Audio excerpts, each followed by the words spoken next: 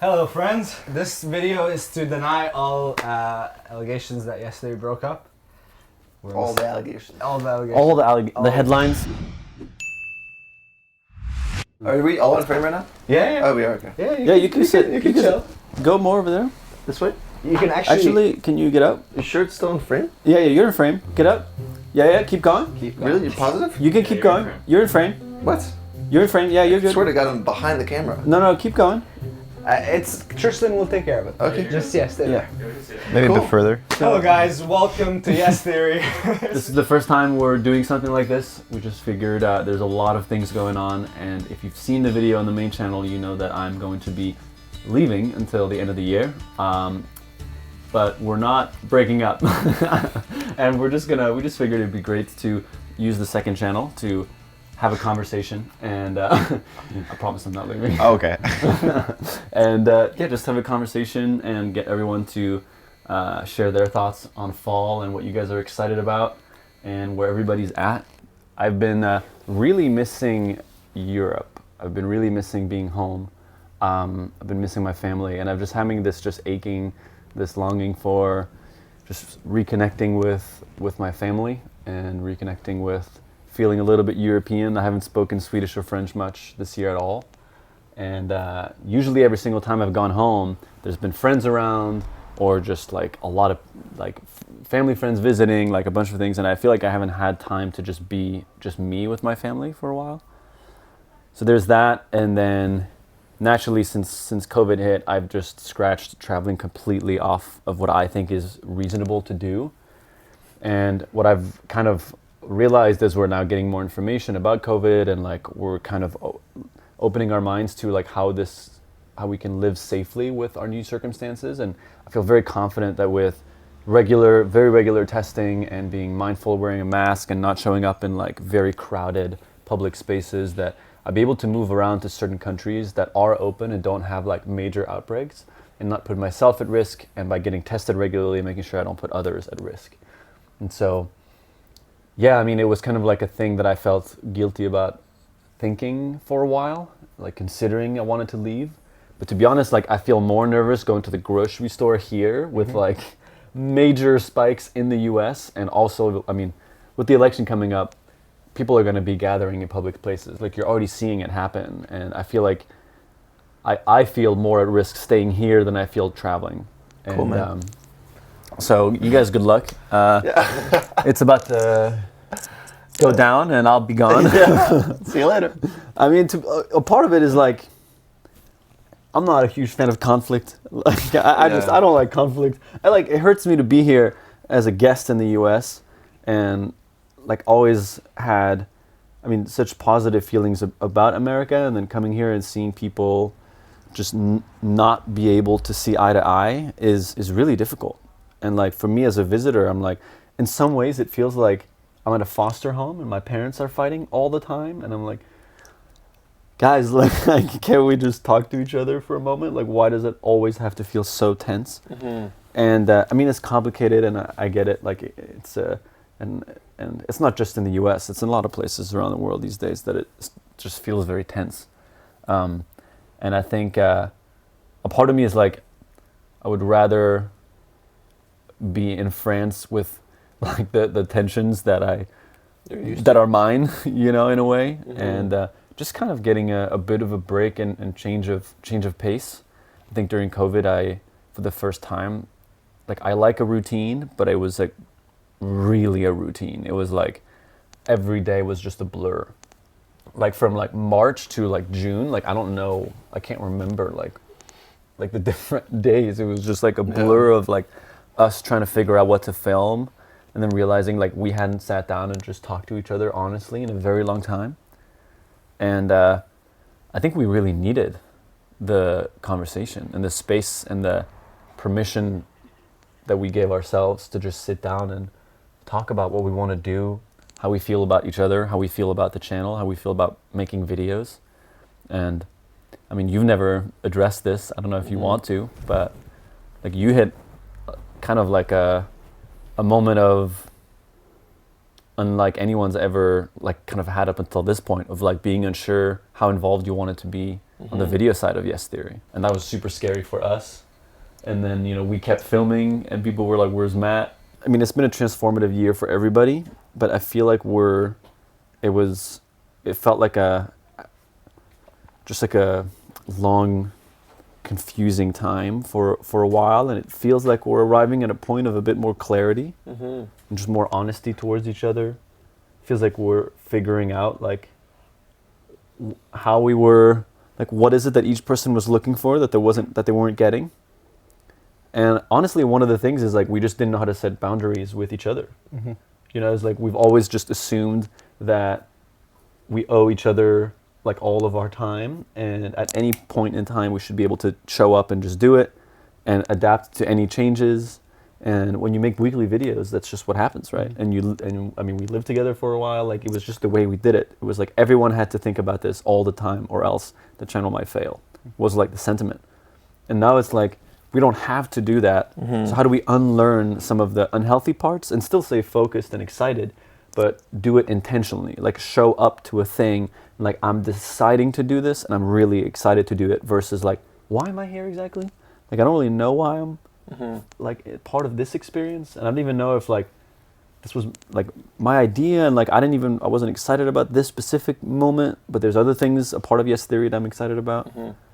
And I think we've allowed each other to ask ourselves any question and supported each other through the process of like being okay with the answer maybe not being what we want, but what the other person wants and needs. And I mean, I'm proud of us. Same. I'm really proud of us. Like we've come a long way. Like May was really stressful and scary and tense, and looking at just the feeling in the room now is like so different. I don't know if you all agree. Yeah, I feel it as well. Yeah. And I don't know if you want to talk about. Yeah. I think there were two things especially that happened for me this year. One was the realization that externally my life was amazing, but internally I was a wreck. And You mean externally, like for people on the outside for looking what at you? everybody thought, and even like the friends I had, and like the experiences that I got to go on, and like in just so many different ways, like where I live. And I thought like adding more experiences and adding better external stuff to my life would do it. And it got to the point towards the end of last year where I was like, this is never gonna do it. Like I have to, like the ultimate discomfort is going through my own shit. I've done enough of the external stuff. So me stepping away from videos was in large part due to that. Just feeling like this is gonna require a full commitment, which is why like the Instagram was deleted on day 1 of 2020. That's why I was like, just no excuses. Like I have to do the things that scare me, like stepping away from this thing where I feel needed. Because if I don't do this, then one, I'll never be able to enjoy what we've created. And two, it's just going to be like a miserable existence. Like, I mean, anxiety, it was like permanent anxiety 24/7 every day of my life since we started Yes Theory. Like it's just what I woke up with. And I tried to push it away through work and all that, but I think like it was like this just constant underlying thing. And I kind of had accepted it, but it got so bad that I was like, I either like lose my mind forever or I just need to fix this. And the second thing was the realization that one of us needed to step away to make Yes Theory bigger than just videos. And I think any of us could have done it. But because I was already stepping away from videos, and I'm also less committed to, like I'm not as like passionate about filmmaking as you guys, I felt like I had the opportunity to step away and actually be like, how do we like restructure in a way that sustains us and like builds this bigger movement with like people that we like love and respect, and like actually builds structure, because it's so hard to be managers and creatives at the same time. So that was the business end. So it was both a personal and a business decision. And now, I mean, it's wild. Like I've gotten to a point where, and I hate to get excited too soon, because I've gotten excited before. But you can be present and enjoy and talk about like today feels great. Today feels without great, being worried about tomorrow. Last month has just been unbelievable for me. And it's not like I'm 100%. There's still a lot I'm working through, but and I know you hate when I say this, that it's like I need to work through it. But I also, you would understand. You were inside my brain. The biggest fear was stepping away and then you guys hating me for it. Like the biggest fear was being like, what the fuck is Matt doing? You know, like he's ruining everything we've built, which is why I hadn't done it. I was like, I'm so afraid of losing this friendship, and I'm so afraid of like losing respect, like essentially not being in this tribe. And so I kind of like suppressed all these feelings. I suppressed how I felt just to continue like fitting in and making the thing work. But the fact that you guys supported me through like genuinely was the hardest, like has been the hardest year in the best way of my life. I think that's what like changed everything, because it made me feel like there was a net, you know, like there was a safety net. Like no matter how deep I fell, you guys would catch me. No matter what I said or how crazy I lost it or whatever, you know, because I lost it. Like I just would say shit and like freak out, and it felt like I was in a mental institution at some points, because a lot of the shit I was saying didn't make sense. But I just got, because all this shit was coming up, I was getting so triggered. And now I feel like the reason I feel very confident is because I'm really able to sit with myself and with my pain, which I wasn't able to do before. I'm like less afraid of my own pain, and I think that's the discomfort. Like that's the discomfort I was really going after. Is like, am I able to survive this if I go back and sit with it? Because it's the most painful stuff. And having done it, now I'm like, I can survive it. You know, and it's like now I just got to continue sitting with it until it feels heard fully, and that's what I mean by fully, like fully listening. And I same with you. I'm like, I miss my family. Like I want us to go back. My sister just turned 30 today. It's her birthday, actually. Wow. My mom turned Happy 60. birthday. My mom turned 60 last month. Happy birthday, Emily. Happy birthday, Susan. Keep that, please. Yeah. I don't know what that was. And I have a little baby cousin who I'm literally in love with. Like, I can't stop. He won't stop showing the videos. Like, literally every day he's like, thinking look at this video. My little cousin. I'm like, Cutest little kid in the world. I've seen it, man. Ugh.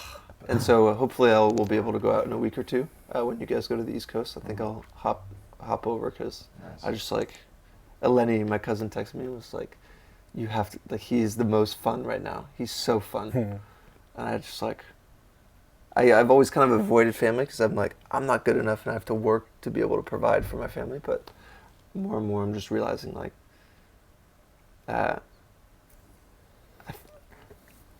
just like, you gotta just fucking soak it in. You just gotta drain every ounce of love while you're here, you know? Just not hold back, so. And in a way also go towards it, right? Yeah. When you're feeling the resistance, that's when you should like release that tension and wonder like, why was there resistance against that? Yeah. Like it's always the things that you try to push away from that sometimes you need the most. Yeah. And when it happens, if you're able to notice it and being like, why is that the case?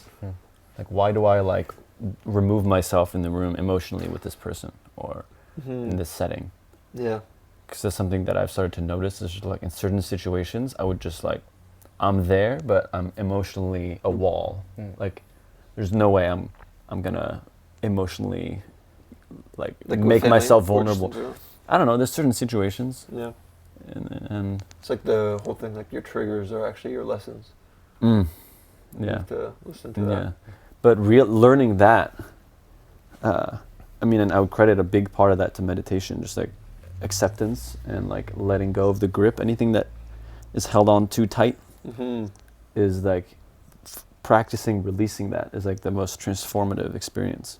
And yeah, I mean, definitely helped you too, right? The past few months, meditating is like is the key to the internal discomfort growth. I used to do meditation in a way that it would be like, here's a thought, let it go. But now actually I do it differently, where I see the thought and I actually like, and I almost like just look into it and like let it myself, because usually it's like it's an anxious thought. So I'm like, where is this coming from? And then the more and more deeper and deeper I go, it's like, oh, and it's like, gradually starts easing. Have you ever tried just breathing through that thought? Breathing through it? Like not trying to make it go away, but literally just like, because I always try to find where is that feeling, where am I feeling it in my body? Because sometimes anxiety, I feel it in my chest or in my throat. And so I try to really focus on that spot and just completely put all of my attention to that exact spot. And I breathe through that, and bit by bit, it just like releases the tension. I'll have to try it, yeah. It's really weird because I used to always try to breathe to try to ignore my thoughts, and I realized that was just increasing the tension, and it was making me like get mad when I would think. But yeah, like because it's sometimes it's just in my chest here, and I don't know what to do, and yeah, just breathing through that makes such a huge difference. But I'll breathe through it. Yeah. Sweet dudes. And as you were thinking about wanting to host or be a little bit less part of the main channel videos, but you're doing other things as a part of Yes Theory, including your newsletter. Tommy, your brother, wanted to spend a little bit less time editing and wanted to spend a little more time coming along in the adventure. I think it kind of got sparked by the game show. Welcome to Buzz If You Know Me. It seems like that's where you started to... Yeah. The birth The birth of Tommy. of the greatest host in human history. Greatest cooking show in human history. Shout out. Yeah. I mean, I feel like I've always had that inside me, but I've never really released it. I feel like I never had the room to. I feel like things have always been loud around me, and I've always been like, okay, at least I'm happy with myself. And due to other factors as well, I feel like I don't have that space to be alone anymore. Or like, now I have to go out to achieve that comfort. Like I can't say like or see everything being chaotic and be like, okay, fuck all that. I'll stay within myself. Within myself is no longer comfortable. Yeah. So it's like going out and trying to find it and trying to explore and see what there is. That's exciting. But yeah, the hosting is gonna be fun. I'm excited to just do any like fun things. Yeah, just have fun. Yeah. Honestly, is the main reason why I started doing that. Yeah. I think like having playful fun for no reason is so powerful, because at the end of the day, we're all gonna die. There it is. So at the end of the day, there's nothing that actually matters. So we might as well have fun, truly. Yeah. And it's just a simple thing to say, but it's very powerful if you really understand it. Let's talk about even the cooking show, because that was a... Yeah. I think that came more out of just like nothing going on too much here, and me wanting to explore like the amount of fun that we could have. Yeah. It honestly was just mainly for fun, and it's kind of like grown into our fun little thing on the side. And who knows what'll happen with it. Yeah. But you were also like behind the scenes for years, and you were like crafting the stories of us going on these experiences. And once in a while you came with us. But do you think there's a part of you that like seeing all that, eventually when you dipped your toes in it, you're like, I can do this too. Like, why am I not a part of that as well? And because you've been basically a part of Yes Theory since we started, you joined before we were called Yes Theory, right? Basically around that time. Generation Why Not. Generation Why Not. And now you're at a point where you're like, you feel I feel like I've sensed you becoming more confident in yourself, and then you're also just excited to go and seek discomfort with us and go out and be in the world. Yeah, I feel like I've run out of excuses not to. I've run out of reasons why not to. So it's like, all right, these are my 20s. Let's have some fun. There's no responsibilities. That's the kind of mentality I'm in right now. Nice. But yeah, I think when I first arrived, I was super shy because I'd never experienced that type of freedom before, or type of like weirdness is okay. Yeah. And then like slowly getting out of my shell and being like, oh, okay, Yeah. this is fine. This is great. People love when I do these moves. I remember the first time when we went on the pier. Was it at Santa Monica Pier? And there was like people. There was like somebody playing music. There was a dance circle that formed, and we each went in. And then Tommy would not. You were like no way, no chance. And we ended up like literally throwing you in. You're out in the middle of the circle, you look around, and then you just started dancing. And people were like, yeah! And I feel like that was your like welcome to Yes Theory moment. You know, like you being like, no, no, no, no, no, and then release, and then like, Fuck it. yeah, fuck it. Why not dance? Yeah, exactly. And Yeah.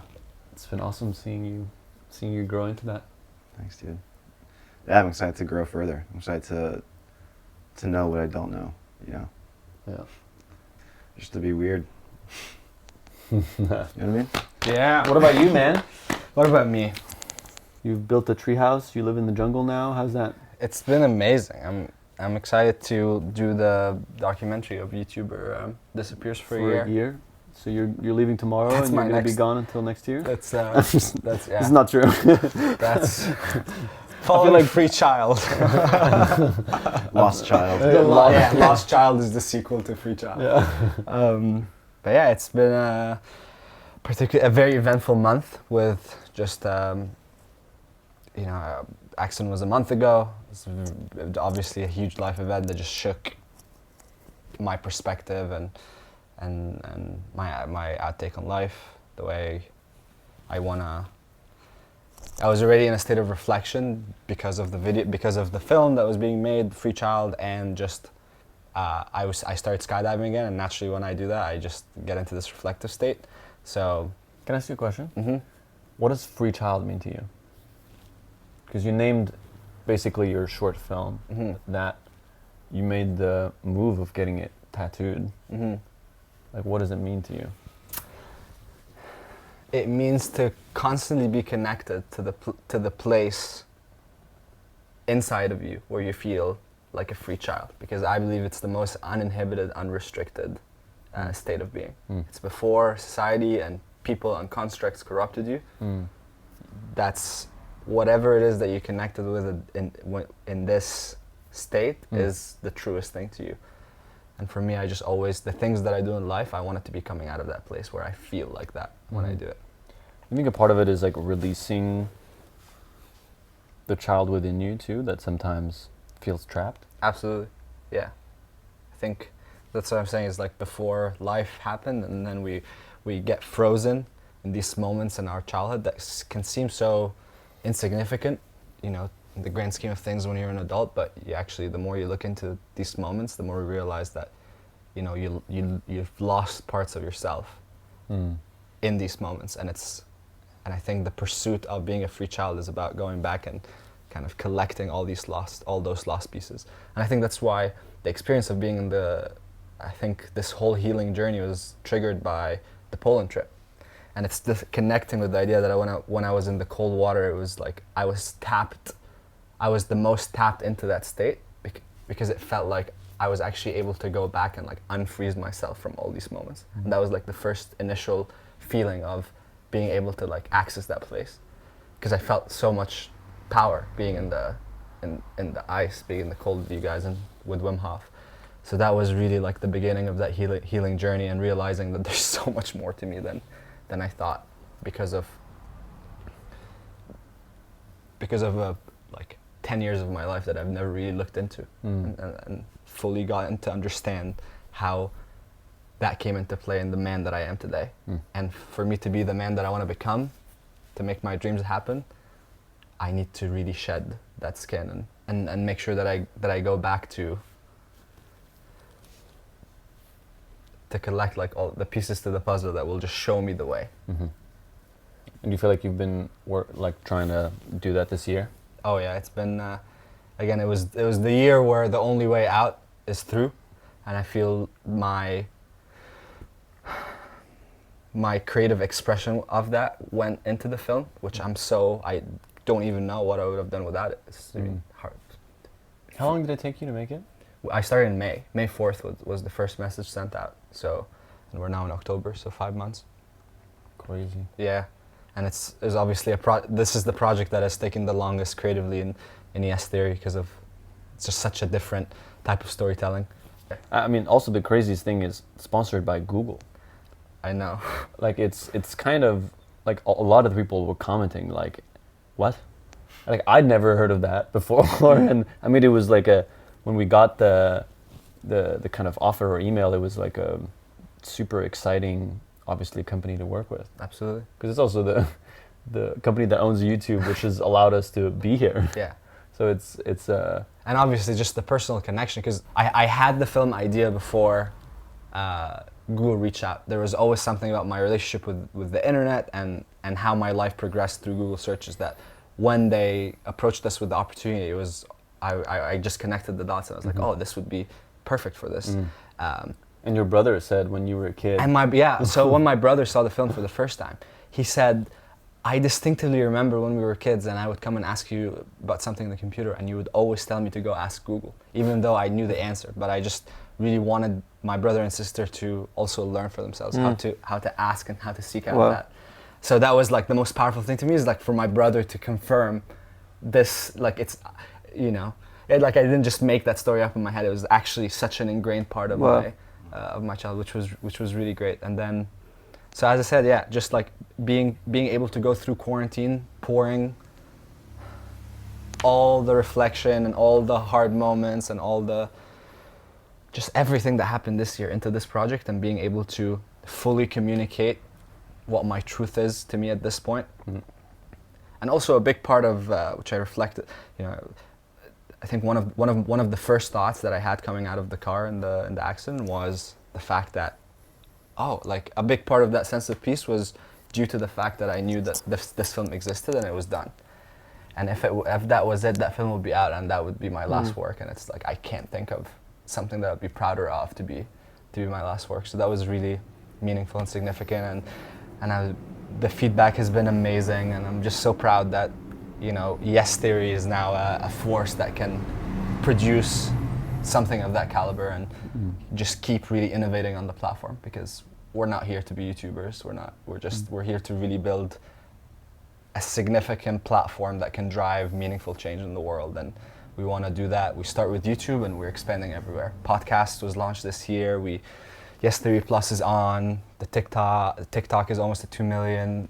Facebook has been growing, like almost at 1 million now. So we've taken the time, even though we haven't posted on YouTube a lot, we've taken the time to really diversify where Yes Theory exists to people, so that we can reach more people than just the ones that exist on a single platform. You've been working on a good amount of Seek Discomfort too. Yeah, Seek Discomfort has been... I don't think that's something people know. That like you, out of all of us, are the person with Brian and like there's a couple of people now in the Seek Discomfort team. Yeah. But you're the person out of us that works on Seek Discomfort. Since the fashion show in May of 2018, it's been like just What do you like about that process? Or what do you like personally about Seek Discomfort?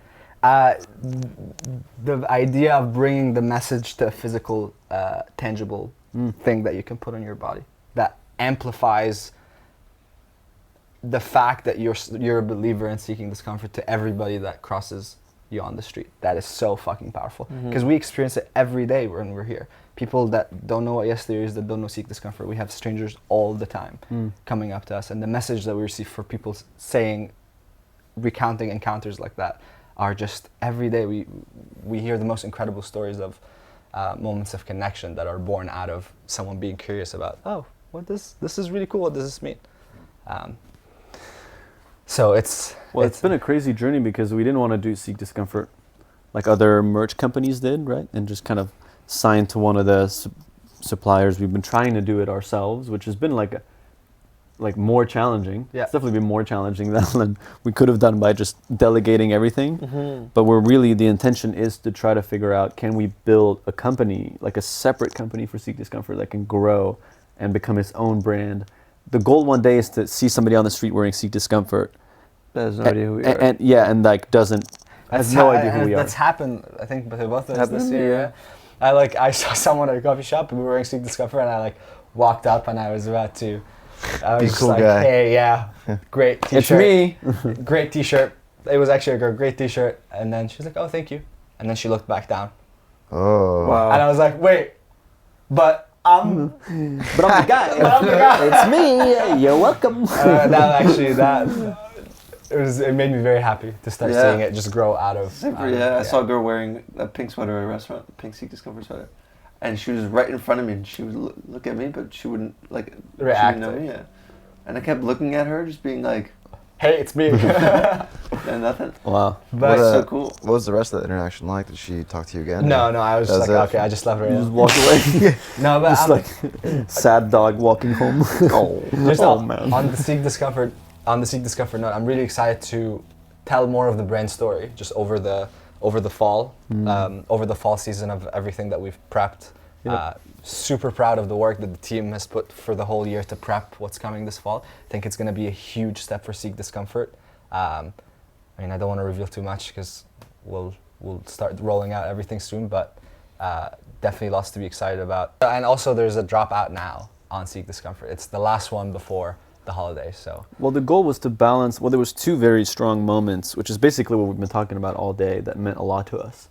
One is like the feeling of tension around in the world that we wanted to kind of, like if we're creating clothes that people can represent, we wanted to have something that can balance the conversation with like, hey, maybe we should, bridge the gap here. And so the peace seeker idea initially started with that, and then given how like a big part of for each of us this year has been like an inward journey as well. We wanted peace seeker is not just peace in the world, it's inner peace as well. And you might say that, seeking, if everyone sought inner peace, maybe we could show up in the world and have a much easier time of creating peace amongst each other. And yeah, I mean, it felt very relevant right now. So I'm very happy and proud of this capsule. I It's think really cool too. The material is amazing. Yeah. Like genuinely. Yeah.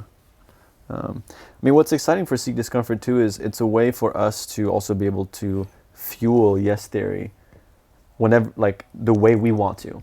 Yeah. Right? Like brands are amazing, and it's awesome to be able to do something like you did with Google, because I don't think we would have ever made it that way without Google, So you have another creative team that you're working with, and you're putting something together out into the world that's very different.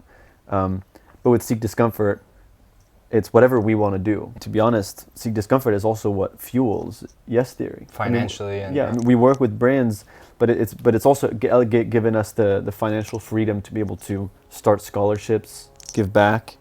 I mean, you were just mentioning. Well, it's funny because there's somebody in the Yes fam who messaged me saying, for a while there were people in the Yes fam who were worried that we were becoming like too much of a brand. Like Seek Discomfort was a thing that we were just pushing just to make money. And then when they saw the impact that we had on raising almost $50,000 for Black Lives Matter on the scholarship for Symphony, like they started to realize kind of what we've wanted to do since the beginning, which is use this as a vehicle for actual change. Like when you have a vehicle that's able to make money and you're able to redistribute that, like that money does affect change.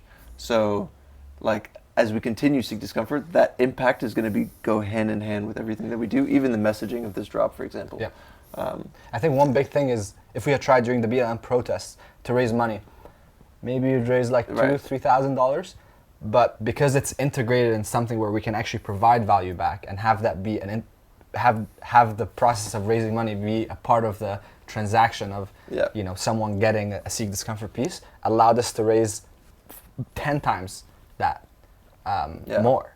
So as you said, it's really exciting that we have this vehicle that allows us to just empower people, ideas, causes, whenever we want, just because we can make a drop today and go out tomorrow be like, this is for this cause, or this is to raise money for this documentary.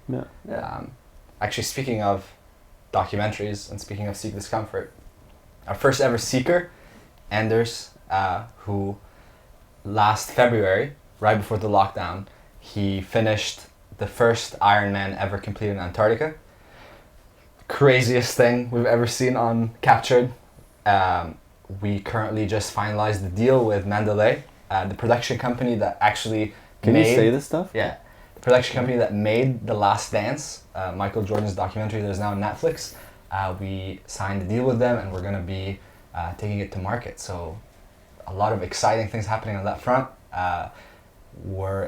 This is going to be the first documentary that Yes Theory makes that we're not in. We're still on the front lines creatively in it, but definitely also a huge step towards expanding the Yes Theory platform and expanding our reach and being able to put content on other platforms that is not YouTube or not just digital media in general, but also step into the streaming world. But I swear to God, it's the craziest footage I've ever seen, and I fucking can't wait to start showing people. The opening shot of him in that tent is the coolest opening shot I've ever seen. You know what? Let's play something. Yeah.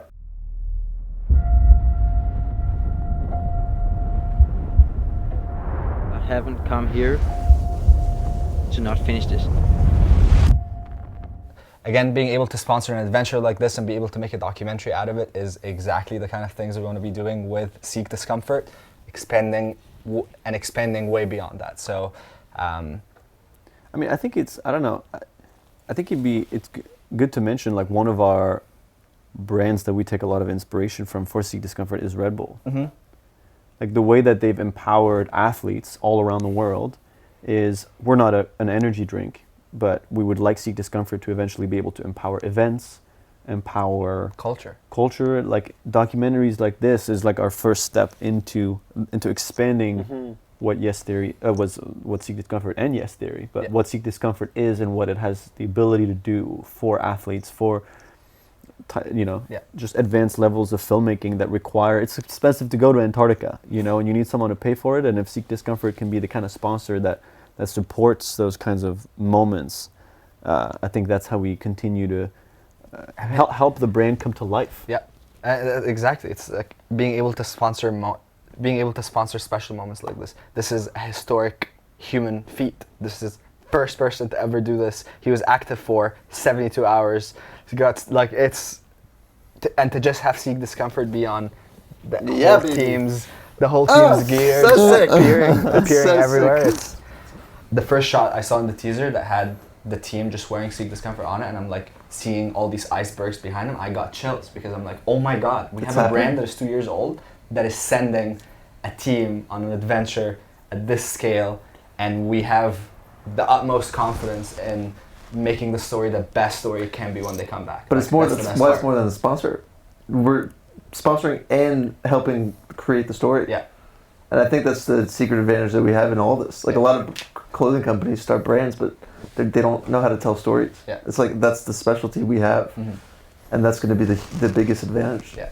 Maybe to wrap up, everyone can share like their intention for fall and the end of the year, maybe in a sentence or two, just like what they'd really want the end of the year to embody for them. Do you want to start? Sure. I just think it's been such a hard year for people to feel a sense of belonging when systems around us are failing, and there's such a fragmentation and it's becoming such a fragmented society where everybody's just taking a different corner and people are in echo chambers, just getting like stuck in their phones and stuck in the same feedback loop that feeds them the exact same information, the exact same opinions. For me, it's just getting the sense of community and getting the sense of just trying to keep Yes Theory a space where we can like come together that doesn't have to be so tense. Yeah.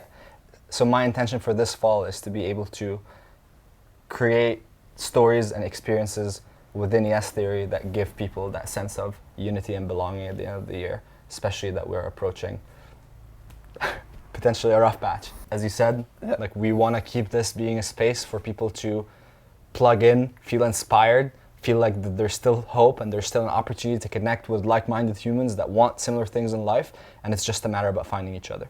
So for me personally, my biggest focus is being able to do that for the list of episodes and experiences and pieces of content that we'll be making, and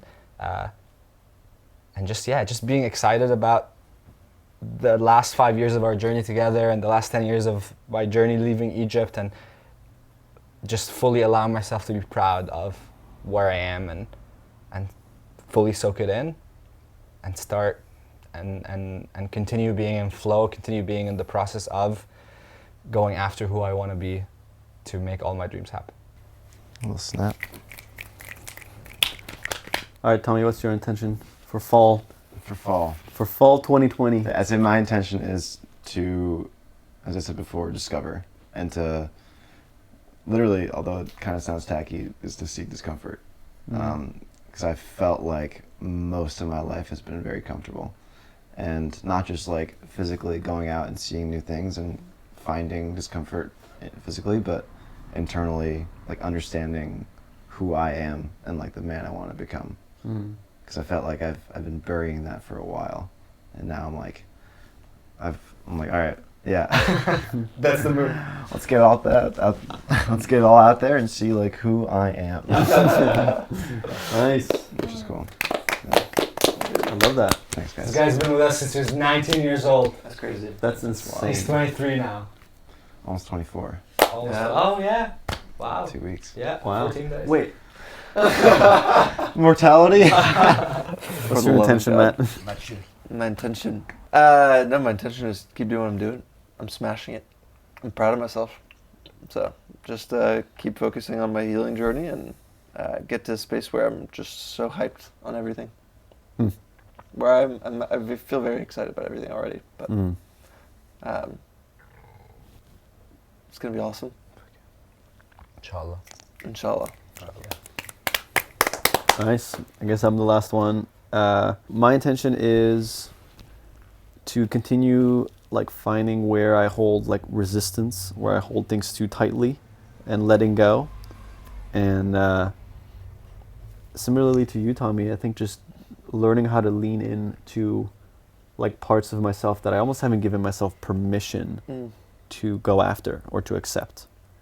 I feel like I have this disillusion that like the team or you guys need me to be a certain way or be a type of person, and I've allowed myself to question that, and I'm realizing that a lot of it is just in is my own construct, is my own like idea of what I need to be useful.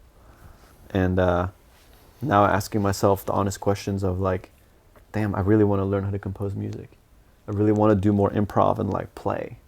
I really want to travel to places safely that are accessible. I really want to have a long conversation with my dad and with my mom.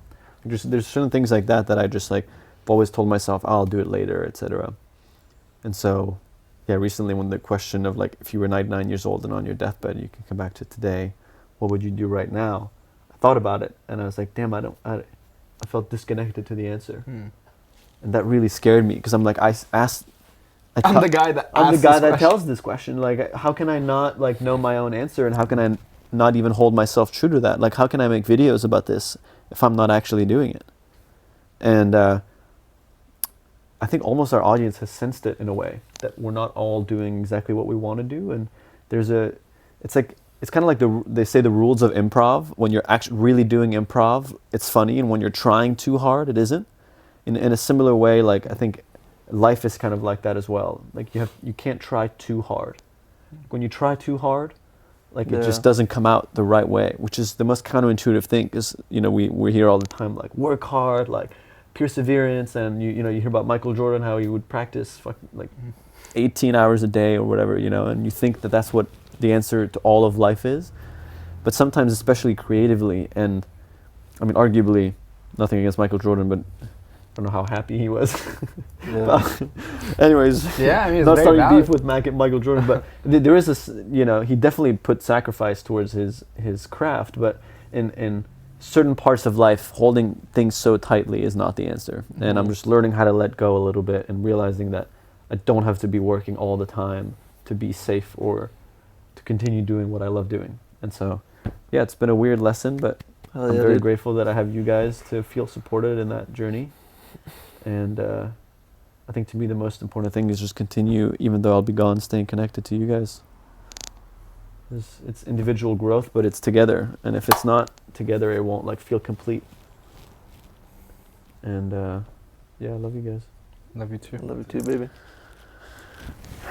To fall 2020. Fall 2020. Just do a little What are we doing? Fall 2020. fall 2020. Fall 2020. All right. Fall 2020 on 3. 1, 2, 3. Fall 2020. What the fuck? That's not how you do it. You do 3, 2, 1. Fall. 3, 2, 1. Fall 2020. There it is. He said fall 2020. 3, 2, 1. No, fall 2020 on 3. Oh, I thought you said fall 2020. 3, 2, 1.